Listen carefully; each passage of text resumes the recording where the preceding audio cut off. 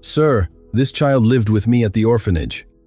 Claudia's voice broke the silence of that Thursday afternoon.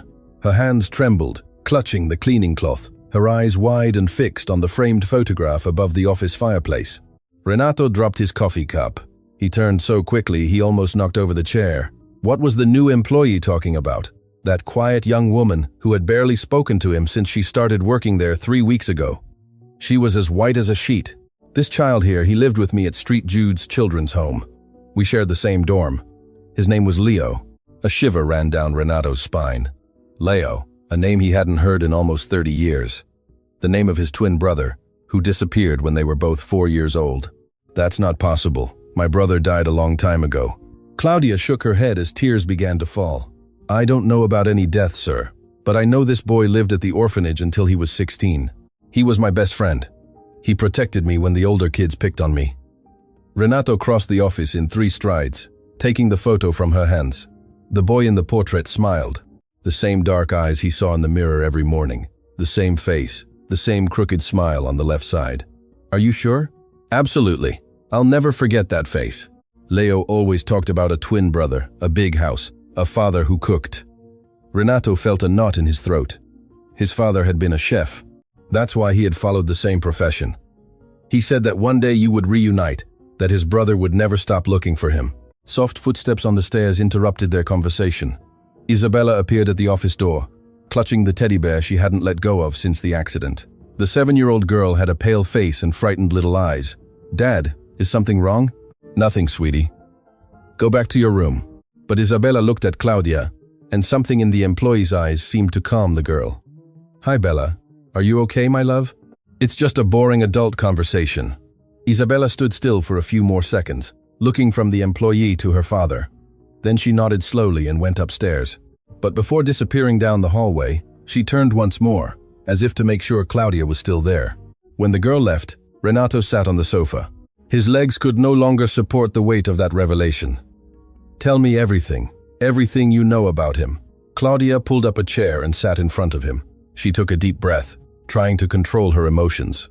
Leo had a crescent-shaped birthmark behind his left ear and was left-handed, but he could use both hands to write and draw. Renato closed his eyes. Leo had exactly that mark, and their chef father had taught them both to use both hands to hold a knife and train their coordination. My God, he always carried a little notebook, you know? He drew all the time, houses with gardens, a piano, 2 children holding hands, and always a man with a chef's hat. Renato's voice came out low, almost a whisper. "My father wore a chef's hat at home." Claudia nodded. Leo knew. He remembered so many things. He remembered you calling him champ. He remembered your mother playing the piano. He never forgot. Why didn't anyone believe him? Why didn't anyone look for his family? Because the documents said he was an orphan, that his adoptive parents had died in an accident. Everyone thought his stories were just a child's imagination. Renato covered his face with his hands, trying to process it all. If Claudia was right, and everything indicated she was, then his brother had been alive all these years, alive and waiting to be found. Claudia served them both water. They stayed there in the office as the afternoon faded, and the golden sunlight streamed through the windows. Before I continue talking about Leo, you need to understand one thing. I grew up in that orphanage since I was 5. My parents died in a bus accident on Highway 401. There was no one else. Renato gestured for her to continue. Leo arrived there when I was about 12. He appeared out of nowhere, brought by a social worker. He was 9 years old. They said his adoptive parents had just died in a car accident. So he lived with another family from 4 to 9 years old? Yes. But he swore he had another family before, his real family, and that one day he would go back to them. At the orphanage, he was quiet, always drawing, but he was strong. When the older kids picked on me, he defended me. He got beaten sometimes, but he wouldn't let anyone hurt me. Claudia smiled, lost in her memories. We became the best of friends. I took care of him when he got sick, and he protected me. We promised we would never separate, that when we left the orphanage, we would be a family. But he ran away at 16 after a bad fight with one of the caregivers. He said he couldn't wait anymore, that he was going to look for his brother alone. I tried to hold him back, but he had already decided. And you never saw him again? Never again. I looked for years. I went to shelters, police stations, hospitals, but it was as if he had vanished, until I gave up. I thought something bad had happened." Her voice broke. Renato saw the tears return. "I'm so sorry, Claudia." She quickly wiped her face. "When I saw the photo here, it was like time went back. All the memories came at once. You did the right thing by telling me. I believe you. Everything you said matches what I remember, things no one could know." The two fell silent for a moment, a heavy silence laden with years of pain and loss. "Can I ask you something? How is Isabella now?" Renato stood up and approached the window, looking out at the garden. "My wife died a year ago. It was a car accident near the lake. A drunk driver hit her head-on. She died instantly. Isabella didn't see the accident, but she realized her mother wasn't coming back. She waited for me by the window all night. When I told her what had happened, she went into shock. She didn't speak for weeks." Claudia listened in silence. Then came the panic attacks, the fear of leaving the house. She locked herself in her room, didn't eat properly, didn't talk to anyone. The doctor said it was severe social phobia caused by trauma. And now, Renato turned to Claudia. "Better, thanks to you. I barely did anything. You did what no therapist could do in a year." The memory came back to him clearly. It was Claudia's second week of work. He was in the office when he heard a strange noise coming from upstairs. He ran up, fearing Isabella was having another attack. But when he reached the hallway, he saw something he would never forget. Isabella's bedroom door was ajar, and through the gap, he saw his daughter sitting on the bed holding a small yellow paper note. She was smiling. It had been so long since he had seen his daughter smile that he had even forgotten what it looked like. Isabella read the note again and let out a giggle. Then she got up, went to the door, and opened it completely. Claudia was on the other side holding a plate with a sandwich and juice. "I thought you might want a snack." Isabella took the plate without saying anything. But before closing the door, she looked at Claudia and whispered, "Thank you." It was just one word, but it was the first Isabella had said in weeks. From then on, Claudia started leaving notes under the door every day. Notes with funny drawings, short stories, bad jokes. And little by little, the girl began to open the door. First, just a crack, then a little more, until one day she left her room. "Thank you," Renato said suddenly, "for giving me back my daughter, for giving me hope of finding my brother, for being here." She blushed and lowered her gaze. "I just did what was right." The next day, Renato called Claudia to the office. An open wooden box lay on the table. "This is all that's left of Leo." Inside the box were old photos, a pair of small shoes, a faded cap, and a sketchbook. Claudia picked up the sketchbook carefully, as if it might break. She opened it to the first page, and her eyes widened. My God! He drew exactly like this when he was a boy. The drawings were simple, but full of detail. A house with a garden, two boys holding hands, a piano in the living room, a man with a chef's hat. "These drawings are from before he disappeared," Renato explained. "My mother kept everything when he vanished. She could never throw anything away." Claudia turned the pages slowly, touching each drawing as if she could feel the boy's presence there. "I need to tell you how he disappeared," Renato said, sitting in his chair. "If we're going to look for him, you need to know everything." Claudia closed the notebook and paid attention. It was a Sunday morning. Leo and I were 4 years old. My father decided to take us for a walk at Willow Creek Park. My mother stayed home because she had a headache. He paused. His voice grew deeper. "We were playing by the water's edge. There were other adults nearby, other families. My father got distracted for just a few seconds to talk to a friend. When he looked back, Leo had disappeared. And then everyone started looking. Firefighters, police divers searched for days. They found Leo's cap floating in the water, but they never found his body. There were witnesses who swore they saw him fall into the water. After 3 months of searching, he was declared dead by drowning. But he didn't die. He didn't. Someone took him. Someone faked the drowning and took my brother. My family was never the same. My mother fell into a deep depression, stopped giving music lessons, stopped playing the piano. She would stare at his photo, waiting for him to come back. My father sought refuge in his work, opened the restaurant, and practically lived there. And I grew up with guilt. I thought I should have held his hand. But you were a child. How could you have known? My head knows, but my heart doesn't. My mother died when I was 15. The doctors said it was complications from depression, but I know she died of sadness from losing Leo. My father lived another 10 years, taught me everything about cooking. When he died, I inherited the restaurant. I turned it into one of the best in Toronto to honor him. It was my way of keeping them alive, him and my brother. The two fell silent. Outside, birds sang in the palm trees in the garden. "I'm going to hire a private investigator," Renato said. "I'm going to comb through every file, every document. If Leo is alive somewhere, I'll find him, and I will help with everything I can. Why are you doing this? You barely know me, because Leo was also my brother, not by blood, but by heart. And I promised I would never give up on him." 2.5 weeks passed since Renato hired the private investigator. During that time, he and Claudia had spent several nights in the office, reviewing old documents, yellowed photos, records that the detective was able to obtain. Isabella even started coming downstairs to have dinner with them sometimes. She still had difficult days, but they were fewer and further between. One Thursday afternoon, the phone rang. Renato was alone in the office. Claudia had gone to the market with the shopping list. "Mr. Miller, this is Mark Davies." "Mark, did you find anything?" "Yes, and I recommend you sit down to hear it. Your brother's death certificate has several inconsistencies. It was issued based only on testimonies, without a body. And I discovered that one of the main witnesses died 6 months later, in strange circumstances. A hit and run that was never solved on Highway 401. "What do you mean, strange?"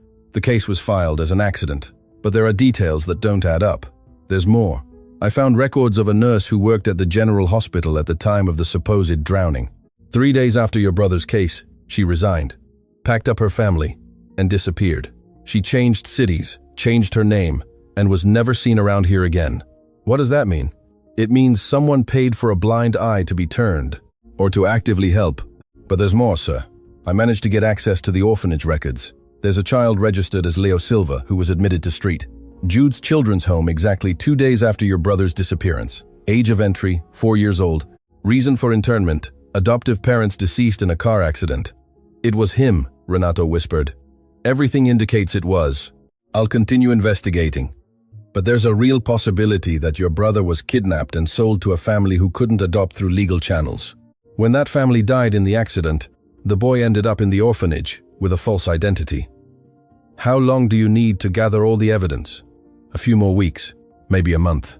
These are very old documents. I'll go slowly so as not to raise suspicions. Do whatever is necessary. Money is not an issue." The call ended. Renato sat there with the phone still in his hand, processing everything. 30 years. 30 years of lies. 30 years believing his brother had drowned when, in fact, he was alive. Abandoned in an orphanage just a few kilometers away. The office door opened. Claudia entered with 2 grocery bags. "I found the chocolate Isabella likes. It was on sale, and..." She stopped when she saw the expression on Renato's face. "Is something wrong?" the detective called. "You were right about everything." Claudia dropped the bags on the floor. "Did he find Leo?" "Not yet, but he found evidence that he was kidnapped, that the drowning was a staged event, that he was sold to a family and ended up in the orphanage when that family died. My God!" Renato stood up and went to the window. His hands trembled. "He was alive all this time, Claudia, alive and waiting. And I didn't know. I didn't search properly. I accepted what they told me and moved on. You were a child. You couldn't have known. But then I grew up. I became an adult. I could have investigated. I could have questioned. But I didn't do anything." His voice came out stronger than he intended. Claudia took a step back, startled. Renato realized and took a deep breath. "I'm sorry. I didn't mean to yell. I understand. You're processing a lot." He went back to the chair, ran his hands over his face. "What if it's too late? What if we can't find him?" "We will." "How can you be so sure?" Claudia approached, but maintained a respectful distance. "Because I know Leo, and if he talked about his brother so much, it's because he never gave up. He's out there, and we'll find him." "I'll make some tea," she said finally. "You need to breathe a little." "Thank you, Claudia." She picked up the bags and went to the kitchen. When the door closed, Renato let his head fall into his hands. Almost 30 years of lies. Almost 30 years of unnecessary guilt. And now, finally, there was hope of finding his brother. But along with hope came fear. Fear that it was too late. Fear that Leo wouldn't want to know him anymore. Fear of discovering that his brother had suffered too much. Claudia returned 15 minutes later with a cup of chamomile tea, placing it on the table without a word. "Sir, may I say something?" "Of course." "You didn't fail, Leo. You were deceived. Your whole family was deceived. It's not your fault. I should have been suspicious. I should have investigated." "How?" You were a child, then a teenager dealing with your mother's death, then an adult trying to save your father's restaurant. When would you have had time to question something everyone said was true? He looked at her. Claudia was there, firm, her eyes full of certainty. You are very wise for your age, you know? I learned early on that blaming yourself for the past changes nothing. We can only change what we do from now on. And what do I do from now on? Keep looking, don't give up. And when you find Leo, hug him and ask for forgiveness. Not for failing, but for taking so long. Renato finally drank the tea. It was sweet, exactly as he liked it. Thank you for everything. I promise we will find him. Sonia hadn't wasted any time. 3 weeks ago, she had hired a private investigator to find out everything about Claudia. The man brought her a complete dossier. That's when Sonia found gold. Claudia had worked in a wealthy family's home 2 years ago. She left after 6 months, without a letter of recommendation, without notice. Sonia called the former employer, a woman named Eleanor Blackwood, with a sour voice full of resentment. Claudia, that viper, stole from me. Sonia sat in her chair, smiling.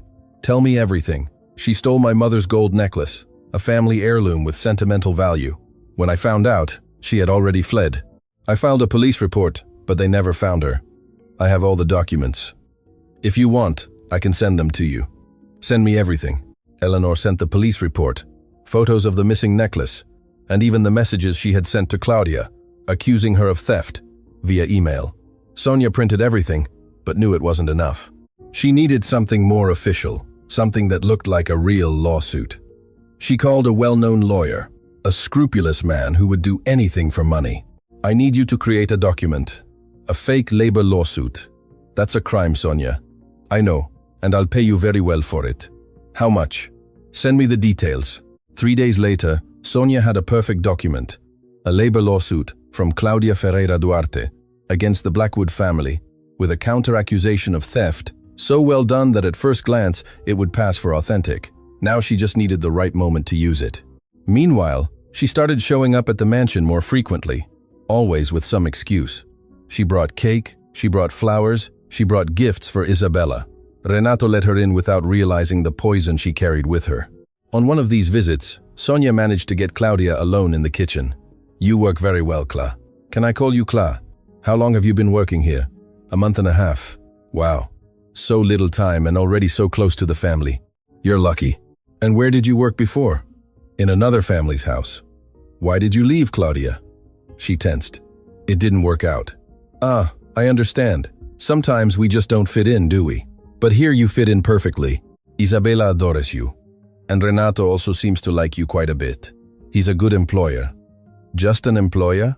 Claudia looked at her. What are you referring to, Mom? Nothing. Nothing. It just seemed interesting how close you are. He trusts you a lot. I do my job well. Of course. Sonia picked up her purse. Well, I'm going now. I just came to drop off the cake. When she left, Claudia felt a tightness in her chest. There was something about that woman that was pure danger. 2 days later, Sonia returned. This time she brought a friend. Renato, this is Deborah. She works in human resources. I was telling her how careful you are with the house, with Isabella. She wanted to give you some safety advice. Deborah was a woman in her 40s, serious and professional in appearance. Mr. Miller, in HR we always recommend doing a background check on all domestic employees, especially those who have contact with children. Renato frowned. Claudia has references. I checked them. References are important, but sometimes they don't tell the whole story. There are things that only show up in a more in-depth investigation. Labor lawsuits, for example. Debts. Criminal records. Claudia doesn't have any of that. Deborah and Sonia exchanged a look. Are you sure? Sonia asked. Renato felt uncomfortable. I am, but the seed of doubt had been planted. That night he stayed awake late. He picked up his cell phone and was about to search Claudia's name, but he felt ridiculous. She had saved Isabella. She had brought hope of finding Leo. Why would he doubt her now? 3 weeks later, Renato hosted an informal dinner at the mansion. Close friends, 4 couples, light conversation. He hired a catering service. Claudia just needed to help serve drinks and keep everything in order. The afternoon passed peacefully. Isabella helped set the table, excited because she could greet the guests before going up to her room. Everything was going well until the intercom rang at 7 p.m. It was Sonia. Renato.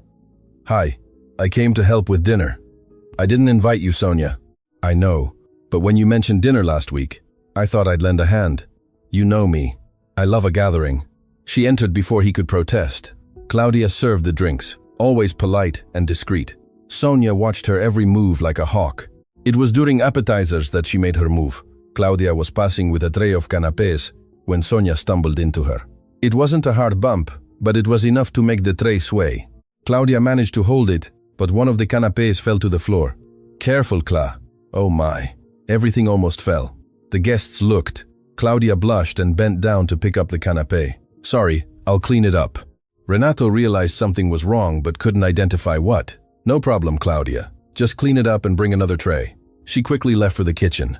Sonia waited until dessert to drop the bomb. The conversation was lively when she pulled out her phone. Guys, speaking of which, do you check the background of your domestic staff? Mariana replied. Of course. It's always dangerous to let anyone in without knowing who they are. Exactly, I always do that too.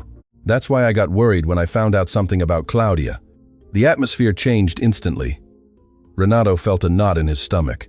Sonia, don't do this. But she was already showing her phone screen to the guests. Look, labor lawsuit. She sued her previous family for unpaid wages, but the family countersued, alleging jewelry theft. Gilbert, a businessman in his 60s, took the phone to get a better look. This is serious. Property theft.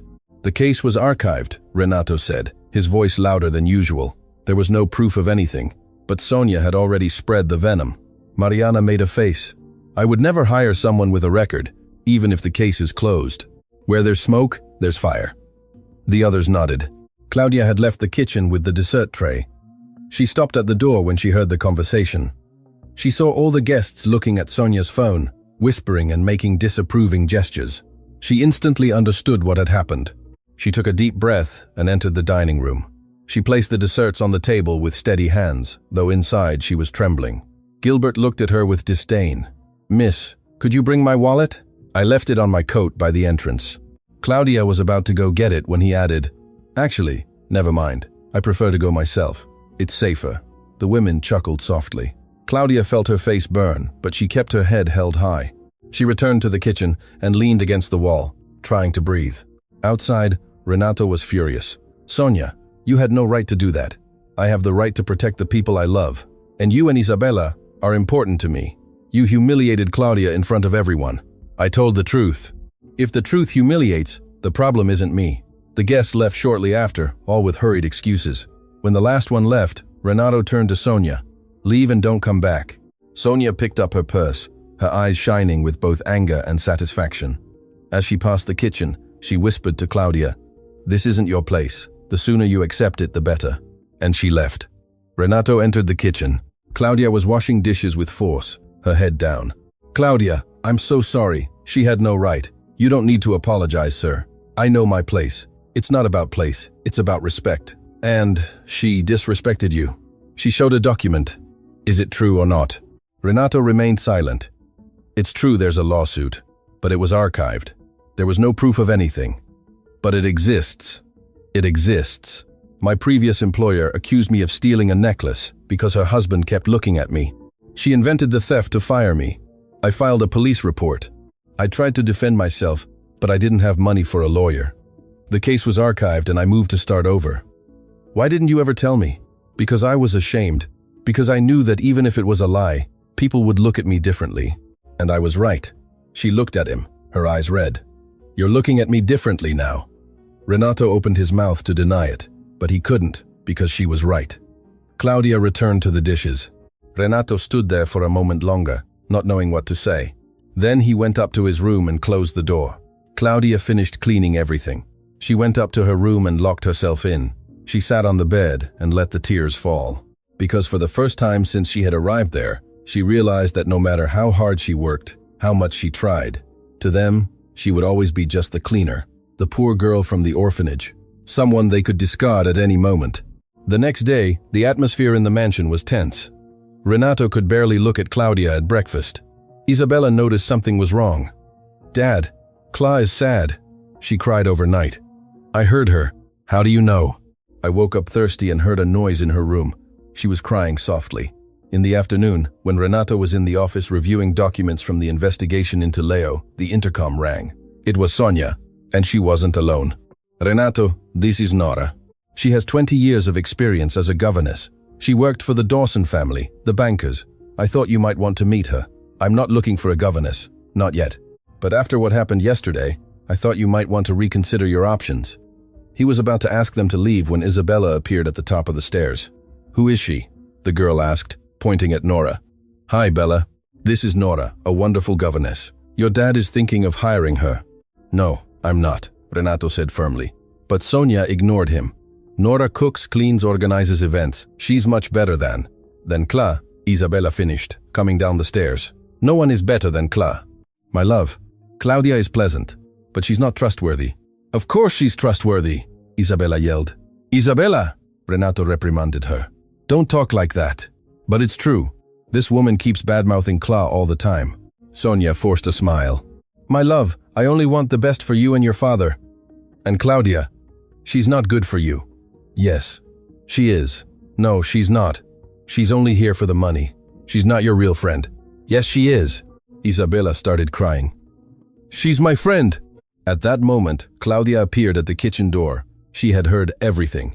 Isabella ran to her and hugged her tightly around the waist. "Cla, don't let them send you away." Claudia hugged the girl, but looked at Renato. "If you want me to go, I will, no problem."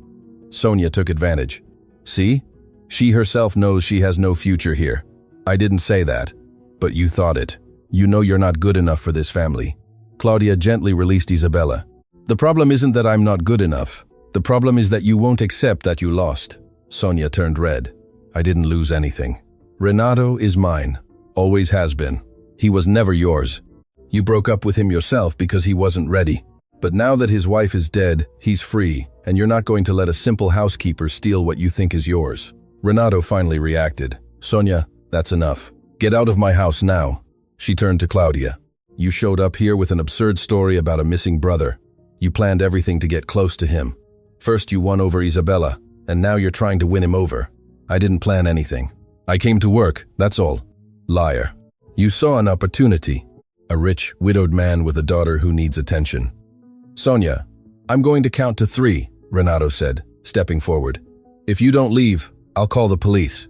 You'll regret this. She stole from her previous employer, and she'll steal from you too. 1. Renato, listen. 2. Sonia grabbed her purse, her eyes full of anger. Nora ran after her. The door slammed shut. The silence that remained was heavy. Isabella still hugged Claudia, crying softly. Renato looked at them, saw the pain on Claudia's face, the confusion on his daughter's. "Isabella, go to your room." "But Dad, please." The girl slowly released Claudia and went upstairs, looking back at each step. When she disappeared from view, Renato turned to Claudia. "I need to know the truth, the whole truth. I already told you the truth about Leo, about the lawsuit, about everything. But you didn't tell me before. You hid it. Because I was ashamed. Because I knew you would look at me the way you're looking at me now. As if I were a liar, a gold digger. As if everything I did here was worth nothing." Renato ran his hand over his face, exhausted. "I don't know what to believe anymore." Claudia felt her heart break. "Then maybe it's better if I go." He remained silent. He didn't say yes, but he didn't say no. And that silence hurt more than any scream. "I'll pack my bags," she said in a low voice. She went up the stairs slowly, each step weighing more than the last. Renato remained alone in the living room, sat on the sofa, and covered his face with his hands. Isabella had heard everything from her bedroom door. She saw Claudia pass through the hallway with red eyes. Claudia stopped, but didn't turn around. "Everything will be fine, Bella. You're a strong girl. You'll be fine." "Are you leaving?" Silence. "You promised you'd stay." Claudia finally turned, knelt in front of the girl. "Sometimes we can't keep promises, my love. Not because we don't want to, but because the world doesn't let us. I don't want you to go. My dad needs to trust you. I know, but he chose not to trust me."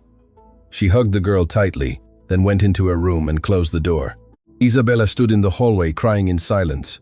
Because of all the things her mother's death had taken from her, this was the worst. The hope that someone would finally stay. Claudia didn't leave that day. Renato asked her to stay until the weekend while he decided what to do. She accepted because she needed the money, but everything had changed. Mrs. Rodriguez, the cook who had always been so kind, now treated her with coldness. Sonia had called and told her everything about the lawsuit. On Monday morning, when Claudia went to help in the kitchen, as she always did, she found the door locked. Mrs. Rodriguez, I need to get things for Mr. Miller's breakfast. The door opened just a crack. The cook handed her a tray already prepared.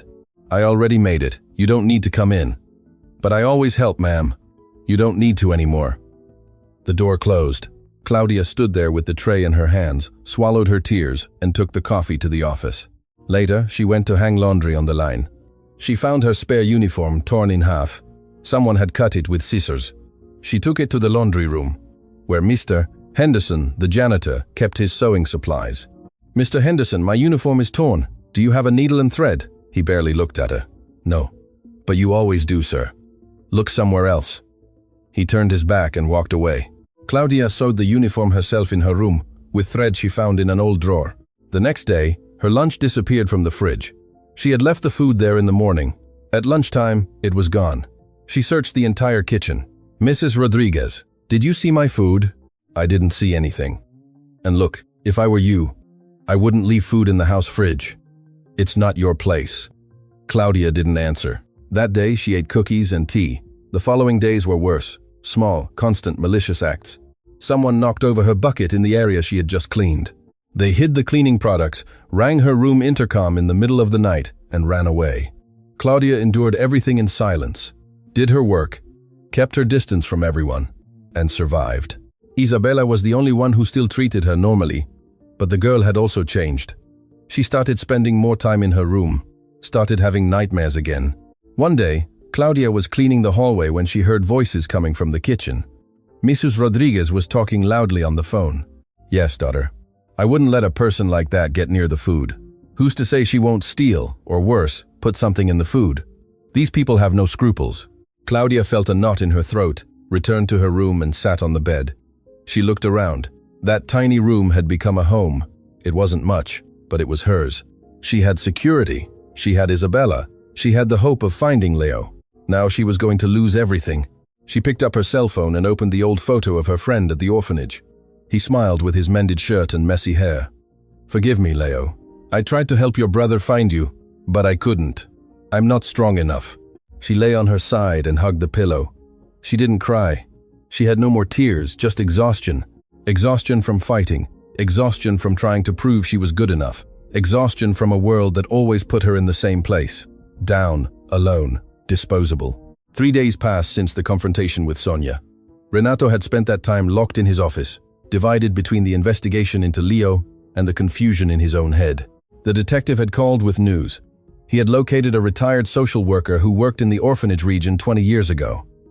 A good lead, perhaps the best yet, but Renato could barely concentrate because every time he thought of Leo, he thought of Claudia, of the accusations, of the doubt Sonia had planted that was growing like a disease. On Thursday morning, he made a decision. He called Claudia to the office. She entered in an immaculate uniform, her hair tied back, her posture erect, but she had deep, dark circles under her eyes. She had lost weight. You can sit. She sat on the edge of the chair with her hands in her lap. I've spent the last few days thinking about everything that happened, about Sonia's accusations, about that case. Claudia waited in silence. I believe you about the theft, I mean. I believe it was a trap set by that employer. She let out the breath she was holding, but felt her heart sink. But I need to think about Isabella. She's been very affected by all of this, and I've noticed something that worries me. She's very attached to you. She calls you my claw. She doesn't want anyone else to take care of her. She doesn't want anyone else to get close. That's not bad. She's opening up again. But what if you leave one day? What if you need to go, to look for another job? Claudia understood what he was getting at. You want me to leave soon so she doesn't suffer so much later. I don't want you to leave, but I need you to keep your distance. You'll be in charge of cleaning. That's all. No spending time with Isabella. No making bread together. No notes. No conversations. Just work. Just work. Claudia remained silent. When she spoke, her voice was low, but firm. Can I ask you a question? Of course. Are you really worried about Isabella's attachment? Or are you afraid of your own attachment? Renato turned to her. What do you mean? Isabella got better. She started laughing again, eating, living. But now that Sonia has put doubts in your head, you're afraid. Afraid to trust me? Afraid to get close. So, you're using Isabella as an excuse. I'm not using anyone as an excuse. Then why didn't you defend me when Sonia humiliated me in front of everyone? Why did you stay silent while she said those things? I sent her away afterwards, after the damage was done. When I needed you, you stayed silent. The two looked at each other. The weight of unspoken words filled the space between them. Just do as I asked, Renato said in a lower voice. Please. I will. But it's not for Isabella. It's because I need the job. And you need to know something. Deep down, you don't believe me. You want to believe me? You're trying to convince yourself, but the doubt is there. And as long as it's there, no matter what I do, I'll always be the poor housekeeper who might be a liar. Isn't that right? It is, and we both know it. She left the office. Renato was left alone with her words echoing in the empty office. In the afternoon, Isabella came downstairs looking for Claudia. She found her cleaning the second-floor bathroom. Cla, shall we make cookies? Claudia stopped scrubbing, turned around with a heavy heart at the sight of the hopeful little girl. Not today, Bella. I have a lot of work. Then tomorrow? Tomorrow either. I'll be very busy. Isabella frowned. But we always do things together. I know, but your dad thinks it's better if I just work without doing other things. Why? Your dad just wants to protect you. He's afraid you'll be sad if I leave one day. But you won't leave. You promised. Claudia knelt in front of the girl, held her little shoulders carefully. Sometimes we can't keep promises, my love. Not because we don't want to, but because the world complicates things. You're going to leave just like my mom. Claudia pulled the girl into a tight hug. Your mom didn't want to leave, Bella. She wanted to stay with you forever. Life sometimes takes people away, but it's not because they wanted to go. Isabella broke free from the hug. Her eyes were full of tears. Yeah, everyone leaves. Mom left. Cla is leaving. One day my dad will leave too, and I'll be alone. She ran off. Claudia remained kneeling on the bathroom floor with the sponge still in her hand. Another broken promise. Another hurt girl. That night, Renato tried to talk to Isabella, but the girl locked herself in her room. Daughter, open up. We need to talk about Claudia. Go away. You're mean. I'm trying to protect you. You're lying. You're scared. Just like when you were scared to be near me after Mom died. The words hit him like a punch. Isabella, it's true. You were scared and you stopped being near me. Now you're scared of Cla, and you're pushing her away. Renato didn't know how to respond. Because she was right. He slowly went downstairs. The house was silent, a heavy silence. He passed the kitchen. Claudia was washing the dinner dishes that no one had eaten. You didn't want dinner again, did you? Claudia asked, without looking at him. You'll be fine. Kids are strong. Renato stood in the doorway. And you? Will you be fine? Claudia turned off the faucet, dried her hands slowly. I always am. We always are. Those of us who came from the orphanage. Because if we're not, there's no one to take care of us. She turned. Good night, sir. She passed him and went up to her room. Renato was left alone in the kitchen. The sink empty, the house empty, his heart empty. He had gotten what he wanted. He had created distance. He had protected himself and his daughter from the danger of getting too attached. But why did he feel like he had lost something important? Something he might never be able to recover? Sonia had planned every detail. 2 days after the confrontation with Renato, she put her plan into action.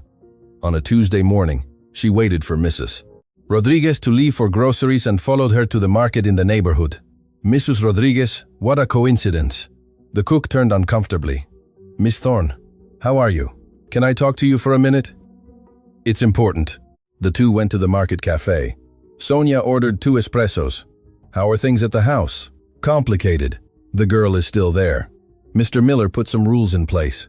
She can't be near Isabella. But she's still working. And how is Isabella?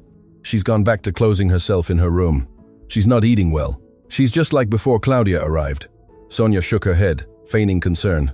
How sad. And the worst part is, no one really knows what she's like. Mrs. Rodriguez lowered her voice. That's what I say. This lawsuit left me uneasy. Sonia leaned forward. Look. I didn't want to say this, but you have to know. I did a more in-depth investigation into her, and the family who accused her of theft was right.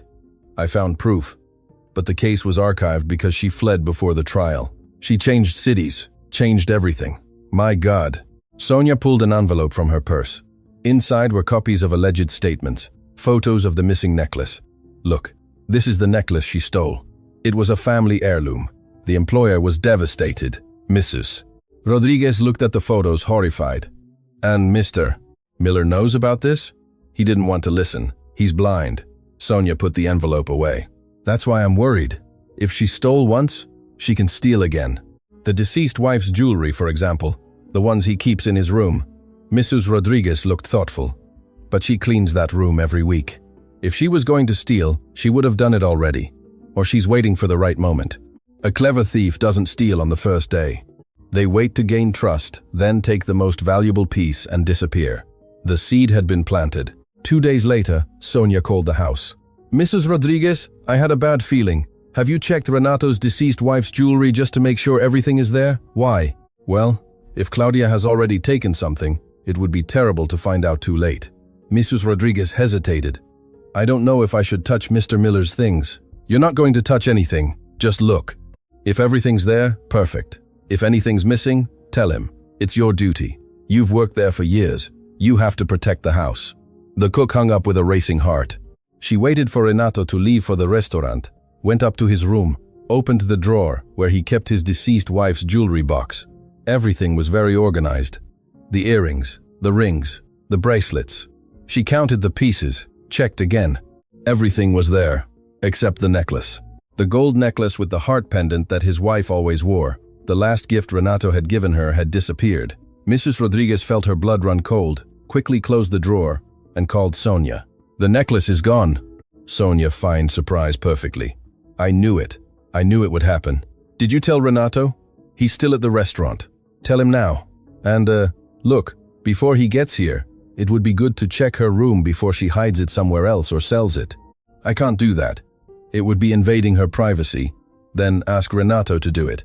But, quickly, Teresa, before it's too late. What Mrs. Rodriguez didn't know was that Sonia had entered the mansion 3 days earlier, in the dead of night. She had a copy of the key that she had kept months ago, when she was still welcome in the house. She had stolen the necklace from Renato's room, gone up to Claudia's room, and planted the necklace inside the old makeup case that sat on her nightstand. A place that was too obvious, but that was the plan. To make it seem like Claudia was so arrogant that she didn't even bother to hide it well.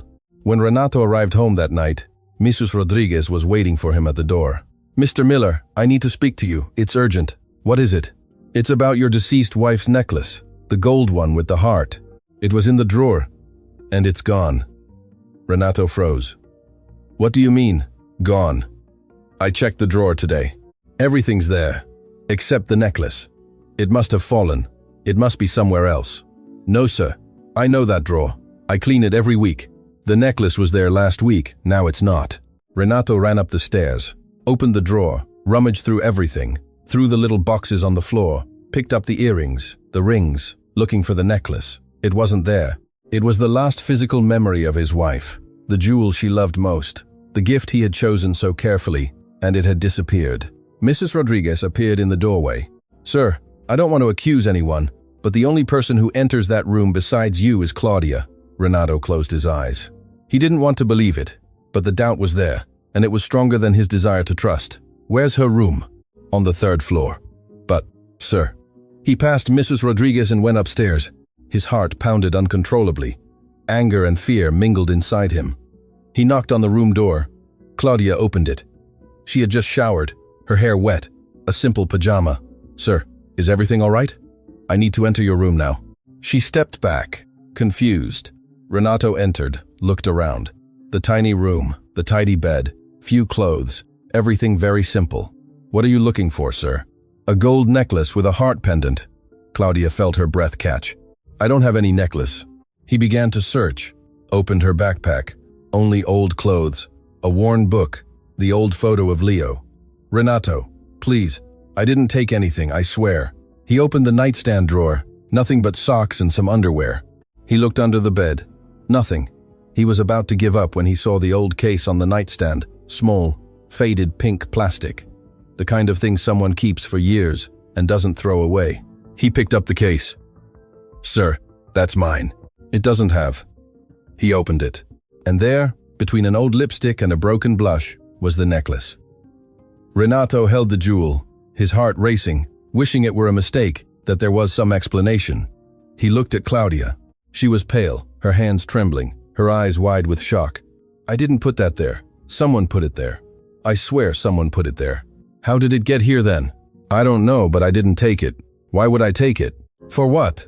Renato squeezed the necklace in his hand. I believed in you. I gave you a job when no one else would. I let you be near my daughter. And you steal from me? I didn't steal. The necklace is in my room because someone put it here. Think, Mr. Miller. Why would I keep it in such an obvious place? If I were a thief, I would have hidden it better. He paused. That made sense. It was too obvious, too stupid, but the anger was stronger than reason. Pack your things and leave now. What? Get out of my house now before I call the police. Claudia burst into sobs. Please, give me a chance. Let me prove it. Let me find out who did this. No, I've given you too many opportunities. Now tears streamed down her face non-stop. You don't trust me. You never trusted me. Gather your things. He left the room, slammed the door, went downstairs, locked himself in the office, held the necklace so tightly it hurt his hand. He wanted to feel relief at having recovered it. He wanted to feel anger at having been robbed, but he only felt an enormous emptiness, because deep down a little voice told him he had made a mistake. But it was too late to listen.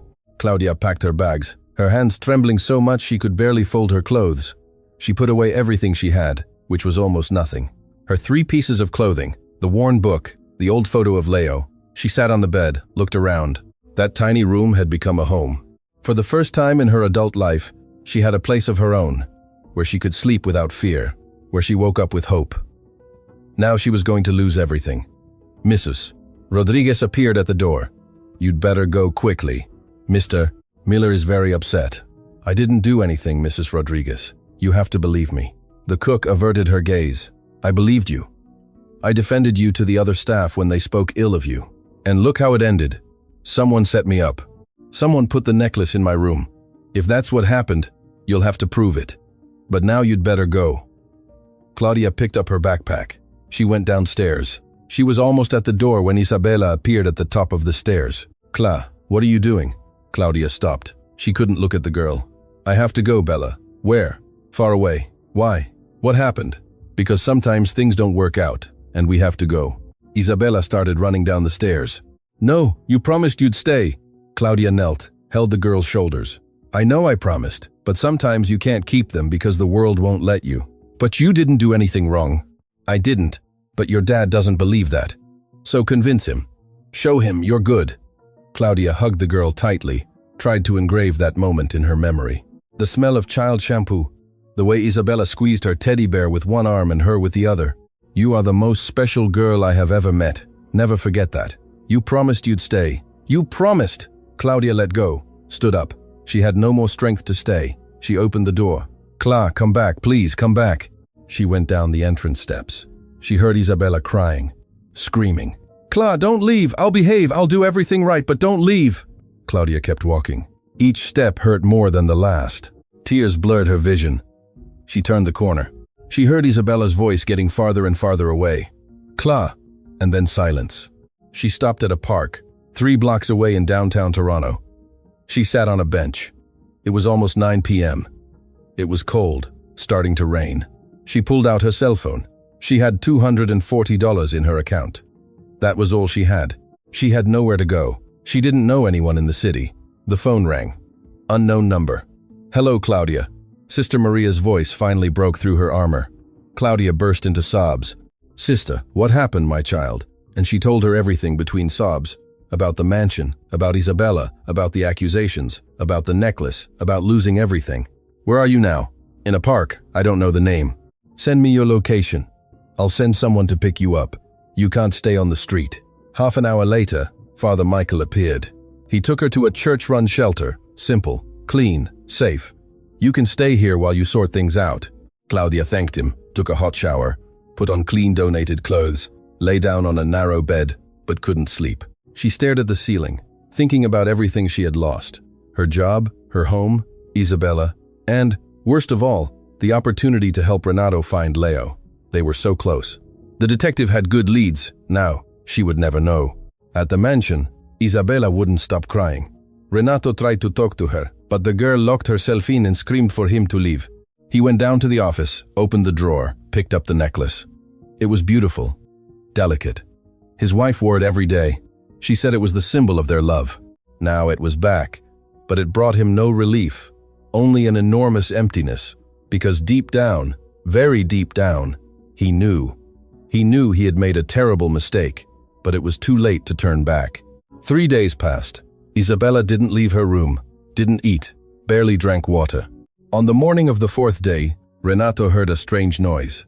He ran upstairs, forced the door open. Isabella was in a corner of the room, curled up, hugging her teddy bear, rocking back and forth, her gaze lost, seeing nothing. Isabella, she didn't respond, didn't blink, continued rocking.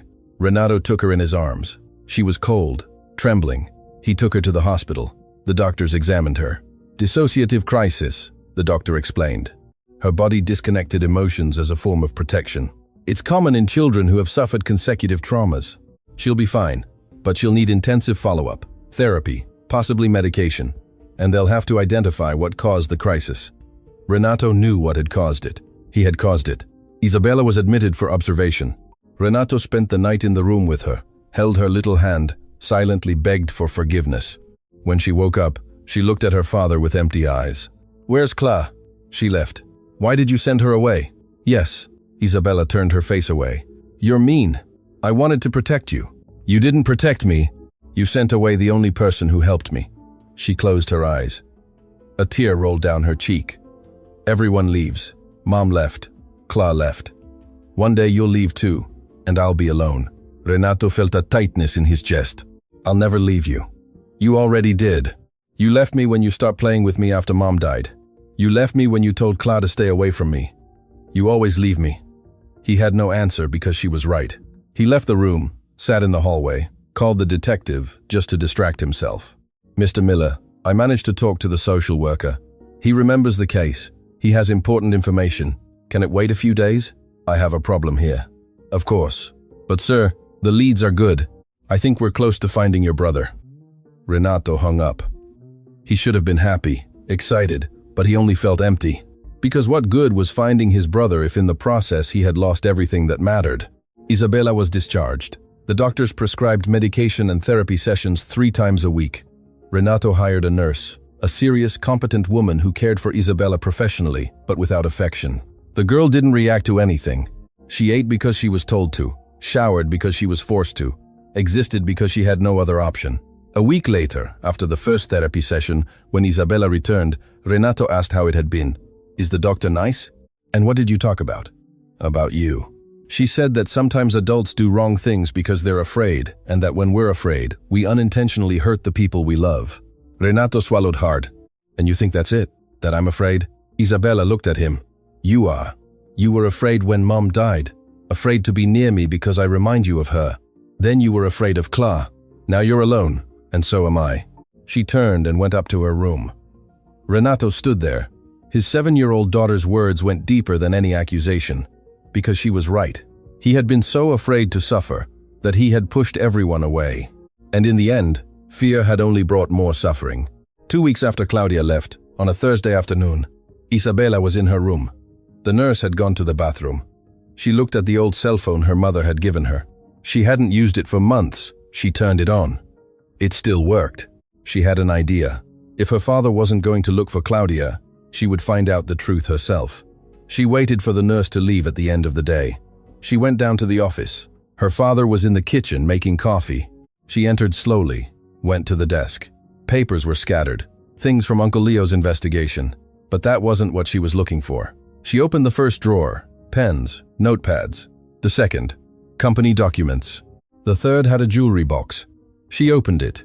There, inside, was the necklace that had caused everything. She looked at the jewel. It was beautiful, delicate. Why would Claudia steal this? She never wore jewelry, never talked about money. It didn't make sense. She closed the drawer, went up to her father's room, opened the nightstand. Inside was the old cell phone, the one he used before buying the new one. She took it, brought it to her room, turned it on. It still worked, but the battery was low. She opened the call history. She went back in the history to the day the necklace had disappeared. She saw the name Sonia. 3 calls. That day, she wrote down the times on a piece of paper. She had another idea.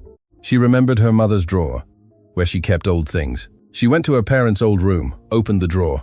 Inside were photos, letters, and a small box with old costume jewelry. She rummaged through the box. At the bottom, she found something strange, a very small folded paper. She opened it. It was a yellow post-it note with handwriting she didn't recognize. Final phase. Take necklace from his room. Plant in her room. Do it Thursday night. Isabella stared at the paper. Read it again and again. Someone had written a plan to incriminate Claudia. She carefully put the paper away, combining it with her notes from Sonia's calls. Now she had proof. It wasn't conclusive, but she had it. She went to the office. Her father was there reviewing documents. She knocked on the door. "Daughter, come in." She entered, closed the door, placed the papers on the table. "What's this?" "Proof." Renato picked up the post-it, read it, turned pale. "Where did you find this?" "In Mom's drawer. Someone hid it there. This doesn't prove it was Sonia." Isabella put down the other paper, the one with the calls. She called 3 times the day the necklace disappeared. She talked to Mrs. Rodriguez. She set it all up. Renato looked at the papers, the handwriting on the post-it, the calls. It could be a coincidence, it could be a forgery, but deep down, he knew it wasn't. "You sent Cla away because you thought she had stolen, but she didn't steal. That lying woman did all this." "Daughter," Isabella shook her head. "You were wrong. You didn't believe Cla. Now you have to fix it. Go to her, apologize, make her come back. What if she doesn't want to?" Isabella looked at her father, her little eyes hard. "Then, you lose us. You lose her and you're left alone, because I won't live with you if you don't go get her." It was an ultimatum from a 7-year-old child, but it was worth more than any adult threat because it came from the heart. Renato looked at his daughter, saw determination in her, strength, the same strength her mother had. "You're right. I made a mistake. Then fix it." He nodded. "I'll fix it. I promise." Isabella left the office. Renato was left alone with the papers, picked up his phone, called Sonia. "Sonia, what a surprise." "What is it?" "We need to talk about the necklace you planted in Claudia's room." Silence on the other end of the line. "I don't know what you're talking about." "I have proof, Sonia. Your calls, the note, everything." Another silence. Then, "You can't prove anything." "I can and I will. I'll show it to the police. I'll sue you for trespassing, for planting false evidence, for everything." Her voice turned cold. "You won't do that." "Yes, I will. Unless you confess now." She laughed. A bitter laugh. "Fine, I confess. I planned everything. I invented the fake labor lawsuit. I planted the necklace. I destroyed her life. And you know why? Because you're mine, always have been. And I wasn't going to let some low-life housekeeper steal you from me. I was never yours, and you just lost any opportunity you had." He hung up, blocked her number, sat in the chair, his heart pounding. He had the confession. He had the proof. He knew the truth. Now, only one thing was left. Find Claudia and beg for her forgiveness. He picked up his phone, opened the recorder app. Everything was there. Every word Sonia had said. Isabella appeared at the door. "Did you get her? She confessed everything. And now?" "Now I'm going to find Claudia." The girl managed a small smile, the first in weeks. "Can I go with you?" "Of course." Renato grabbed his coat, stopped before leaving, called Mrs. Rodriguez. "Mrs. Rodriguez, Claudia didn't steal anything. It was all a scheme by Sonia," she confessed. Silence on the other end of the line. Then, a broken voice. "My God, I helped them do that to the girl. I went to the drawer to get the necklace because Sonia told me to. You didn't know, ma'am. You were manipulated just like me, but we all should have defended her better." Renato took a deep breath. "I'm going to look for her now. When she comes back, we'll talk." He hung up. He took Isabella's hand. The two left the mansion. "There's only one problem," Isabella said on the way.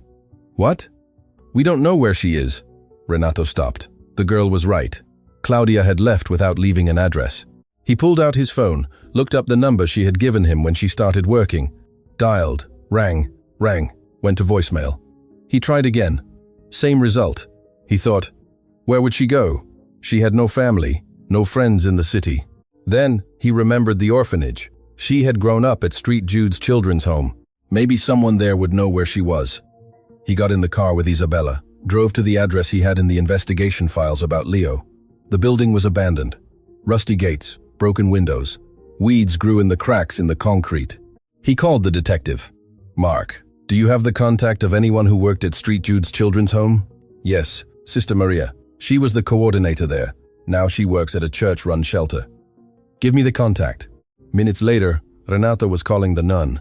Hello, Sister Maria. My name is Renato. I need to find Claudia Ferreira Duarte. It's urgent. The nun's voice hardened. You're the man who sent her away, accused of theft.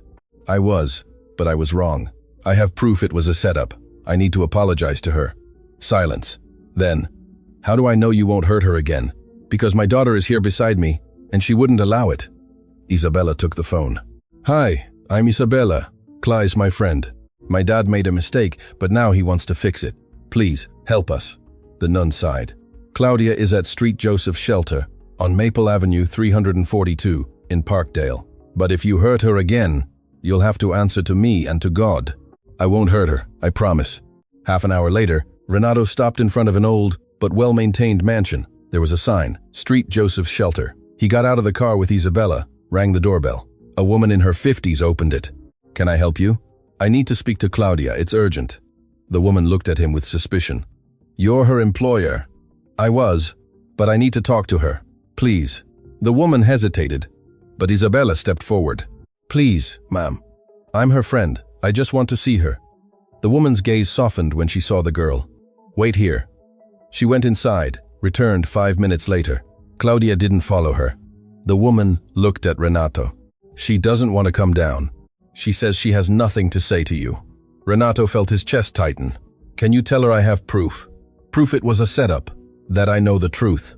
The woman went upstairs again, stayed there for a while. When she returned, Claudia was behind her. She came down the stairs slowly. She was thinner, her face tired, her eyes dull. When she saw Isabella, she stopped halfway down the stairs. Bella, Cla. Isabella let go of her father's hand and ran. She ran up the steps, hugged Claudia tightly. She was back. Claudia hugged the girl, closed her eyes, letting that hug heal a little of her pain. When she let go, she looked at Renato. Her expression was hard. What do you want, sir? To apologize. He went up a few steps. He stopped close enough to talk, but far enough to respect her space. I was wrong. I was very wrong. I believed Sonia's lies. I believed you had stolen, but I was wrong. He pulled out his cell phone, pressed play on the recording. Sonia's voice came out of the device, clear, confessing everything. Claudia listened in silence. When it finished, she looked at him. That doesn't change anything. Of course it changes. It proves you're innocent. I was always innocent, but you didn't believe me when I needed you. You believe me now because you have a recording, because you have proof. I know, and I'm sorry. A sorry isn't enough. She started to go up again. Claudia, wait. She stopped, but didn't turn around. I have no excuse. I was a coward.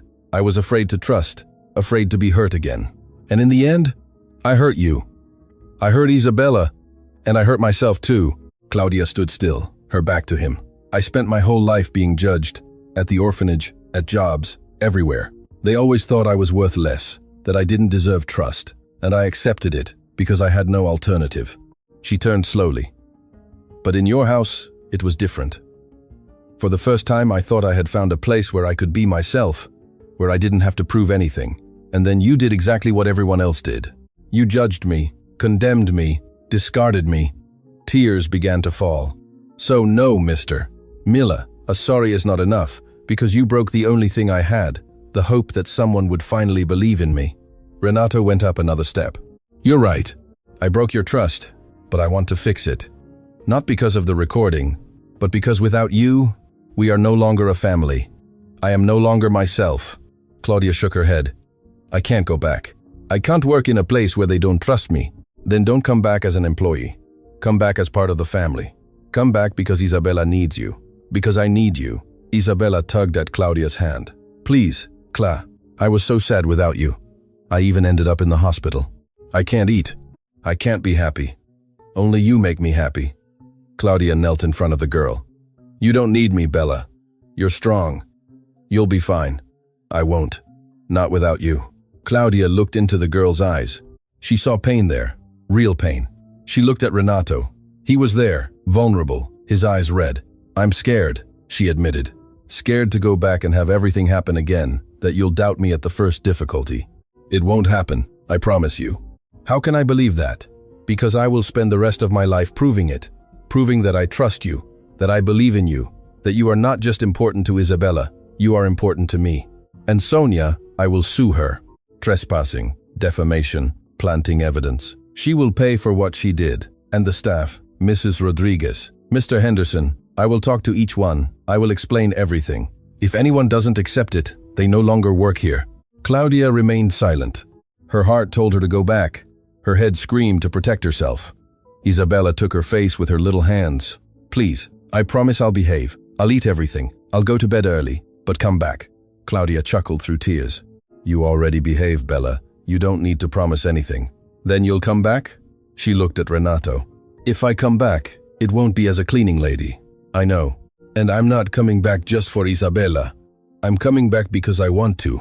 Because that house became my home, and you became my family. Renato went up the last step, stood in front of her. Then, come back. Please, come home. Claudia took a deep breath. Okay, I'll come back, Isabella screamed with joy. She hugged Claudia and her father at the same time. The three stood there hugging in the middle of the stairs. The woman who had opened the door for them watched from afar, smiling. Claudia wiped her face, looked at Renato. But one thing, if you ever doubt me again, if you let someone fill your head with doubts, I will leave, and I won't come back. It won't happen again, I swear. She nodded. Then let's go home.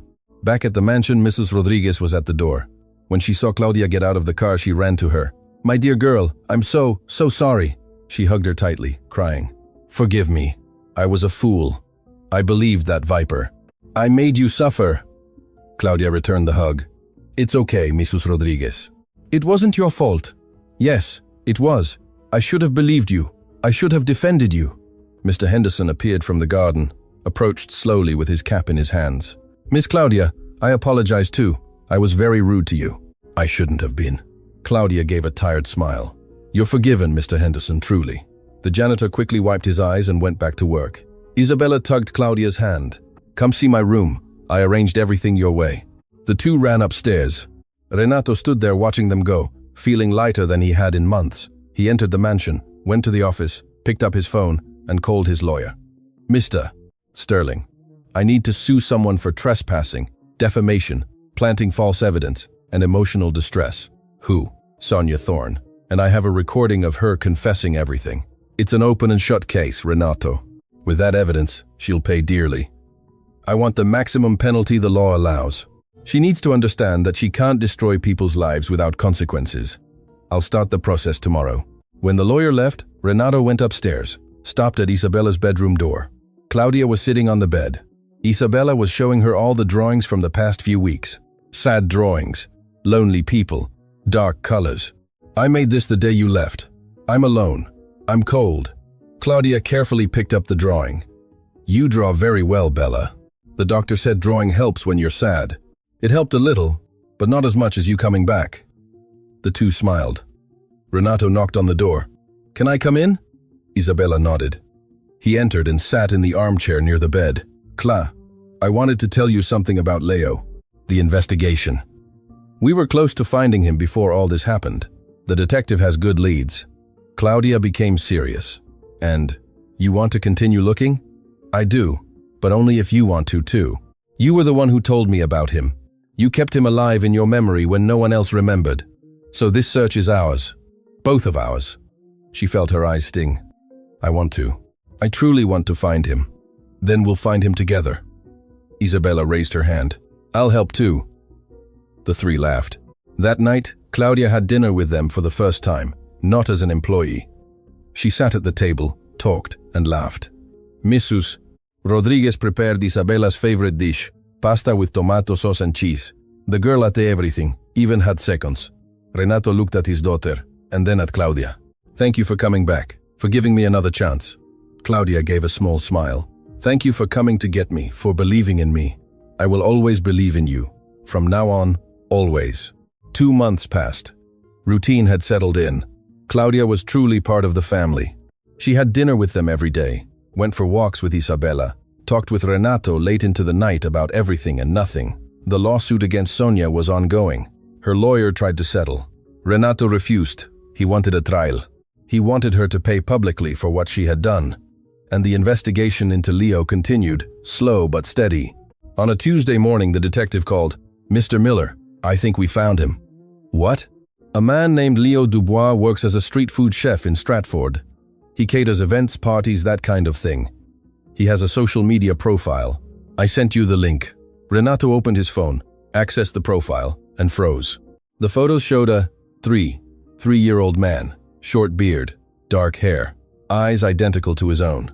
There was even an old photo, the man as a child, with the same features as the portrait Renato kept. It's him, Renato whispered. My God, it's him. He called Claudia, showed her the photos. She put her hand to her mouth. Leo, it's him. I recognize him. The way he smiles, the shape of his face. It's him. Are you sure? Yes, it's him. Renato called the detective back. Can you get his address? Where does he work? I already have it. He has a permanent spot in a park every Saturday. He cooks there. Which park? Queen's Park, in downtown Stratford, from 10 a.m. to 3 p.m. Today was Tuesday. Renato looked at the calendar. Saturday. 4 days. He called Isabella, told her everything. We found Uncle Leo. Really? It's true. Can I go with you when you talk to him? Of course you can. The following days passed slowly. Renato barely slept. He kept imagining what he would say, how he would introduce himself. Hi, I'm your twin brother, you haven't seen in 29 years. It seemed crazy. Claudia noticed his nervousness. Are you scared? Very. What if he doesn't remember me? What if he doesn't want to know me? He will. Leo always talked about you. He always wanted to find you. But so many years have passed. He might have changed. He might have given up. Or he might have spent his whole life waiting for this moment. Just like you. Renato smiled. Thank you for being here. For everything. She took his hand. I'll always be here. Saturday arrived. The three woke up early. They had breakfast in silence. The tension was palpable. They got in the car. It took them almost 2 hours to get to Stratford. When they arrived at the park, it was 11:30 a.m. The place was crowded. There were craft stalls, live music, families strolling, and in a corner near a large tree, there was a food stall. The sign read, Leo Dubois, Street Food Gastronomy. Renato stopped. His heart was beating so hard it hurt. He's there. Claudia took his hand. Breathe. Everything will be fine. The three walked slowly towards the stall. There was a small line, and behind the counter, preparing the dishes with precise movements, was him. Leo was identical to Renato. The same dark eyes, the same face shape, the same concentrated expression when he cooked. He wore a simple apron. His hands moved quickly, seasoning, assembling the dishes carefully. Claudia heard him first. She squeezed Renato's hand. It's him. It's really him. It's him. Renato couldn't move. He stood there about 10 meters away, looking at the brother he had thought dead so many years ago. Isabella tugged at her father's hand. Go, Dad. Go talk to him. But Renato was paralyzed. Almost 30 years of guilt, longing, pain, all surfacing at once. It was Claudia who made the decision. She let go of Renato's hand and walked to the stall. There was no more line. Leo was wiping the counter, preparing for the next batch of customers. Leo, he looked up, smiled kindly. Hi, what can I get for you? Claudia felt a knot in her throat. That smile was the same as the boys from the orphanage. Leo, it's me, Claudia, from Street, Jude's children's home. He stopped, looked at her properly. His expression changed. Cla? My Cla? She nodded, crying. It's me. Leo came out from behind the counter, looked at her as if he saw a ghost. My God, I thought I'd never see you again. He hugged her tightly. The two stood there crying, hugging. When they let go, Leo wiped his tears. How did you find me? I didn't find you, your brother did. My brother? Claudia pointed. Renato was there a few meters away with Isabella beside him. Leo looked, turned pale. The two men stood motionless, looking at each other, seeing their own reflection, what could have been if life hadn't separated them. It was Leo who took the first step. He walked slowly towards Renato, stopped in front of him. Are you Renato? Renato could barely speak. He nodded. I'm your brother, your twin brother. They separated us when we were little. I thought you had died, but you were alive all this time. Leo looked at him, then looked at Claudia, then back at Renato. I always knew I had a brother. I never forgot. I thought they had abandoned me, that they didn't want to look for me. No, we looked. The whole family looked, but they said you had drowned. They said there was nothing to be done. Tears began to roll down Leo's face. I didn't die. I was here waiting. I know. And I'm sorry. I'm sorry I didn't find you sooner. Leo took a step forward and hugged his brother. The two stood there, hugging in the middle of the park, crying. Almost 30 years of separation, of pain, of longing.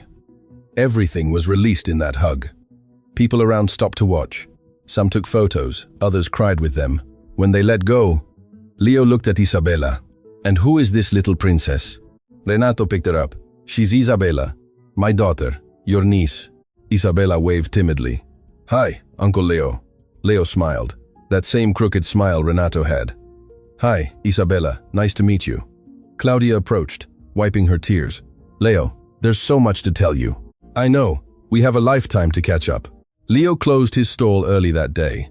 The four went to a nearby cafe, sat at a reserved table, and talked for hours. Leo told them everything. How he had been kidnapped at the park. How he woke up in a strange house. How the couple who kidnapped him said he was now their son. How he grew up thinking that was normal, until the parents died in the accident. How he ended up in the orphanage. How he met Claudia. How he ran away at 16 to find his family. I went back to that park, you know. I went there. I thought maybe someone would remember me, but there was no one. That's when I gave up. Renato took his brother's hand. I never gave up. I never stopped looking. I just didn't know where to look. And it was Cla who reminded me of you. She's the one who told you. Leo looked at Claudia with gratitude. You saved us, Clema. You saved us both. She shook her head. I just did what was right. Renato told him about his wife, about her death, about Isabella and her social phobia, about how Claudia had helped. Leo looked at his niece with affection. You're very brave, you know. Isabella smiled. Cla says that too, because it's true. They stayed until the cafe closed. When they left, it was already getting dark. Come spend a few days with us, Renato said. We still have so much to talk about. I don't want to be a bother. You're no bother at all. You're my family. Leo looked at his brother, saw sincerity in his eyes, saw the same longing he felt, the desire to make up for lost time. Okay, I will. They drove back to Toronto together. Leo in the car with them, talking the whole way. When they arrived at the mansion, Leo stopped at the door. This is where you live. Wow, it's huge. Renato laughed. Come on in. Missus.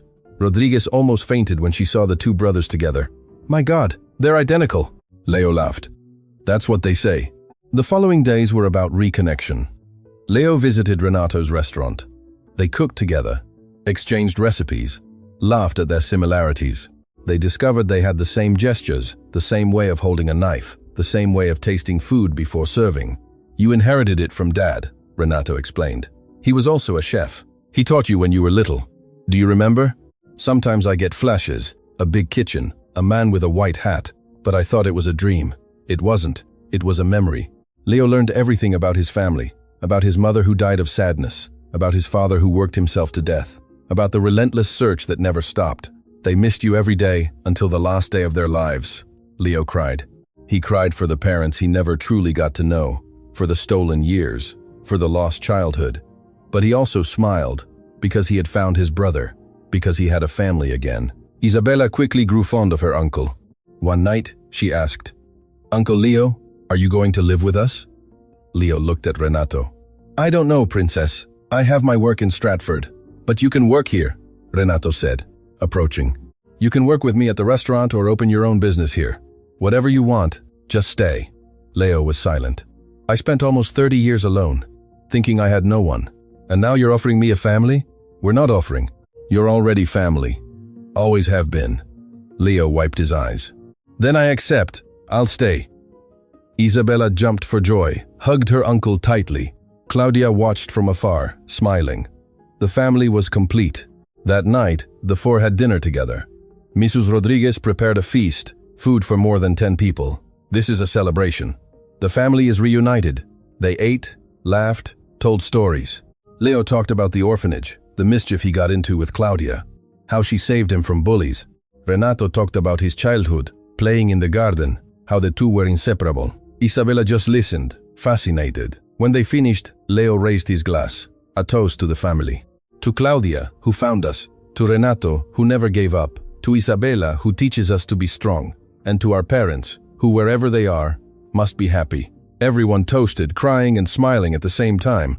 After dinner, Renato and Leo went out to the garden. They stood there looking at the stars. "It still seems unreal," Leo said. "After so long thinking I was alone, I discover you've been looking for me all this time. I promised I'd find you the day you disappeared. It took a while, but I kept my word." Leo looked at his brother. "Thank you for not giving up. I was never going to give up. You're my brother, my other half." They fell silent, a comfortable silence, of those who understand each other without needing to speak. Inside, Claudia was tucking Isabella into bed. "Cla? Yes? We're the most amazing family in the world, aren't we, Claudia?" Claudia smiled. "Of course we are, because we're not family by blood, but we chose each other." "That's true. And sometimes the family we choose is better than the family we have." Isabella closed her eyes, smiling. "I choose you, all of you. And we choose you too, Bella. Always." The end.